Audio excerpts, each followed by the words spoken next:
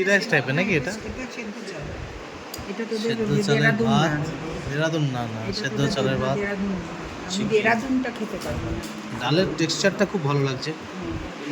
টক হ্যাঁ, তরকারিও আছে।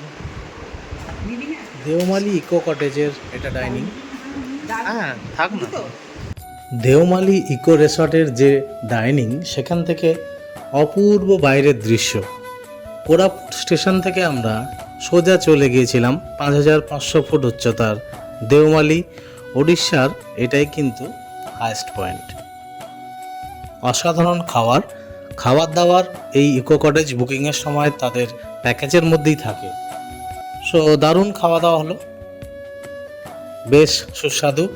চিকেনটা তো বানিয়েছিল মনে হয় দেশি চিকেন, এত সুন্দর টেস্ট। আর ওদের মতো করে কিছুটা সাউথ ইন্ডিয়ান টাচও আছে বলা যেতে পারে। দারুণ এক কথায়।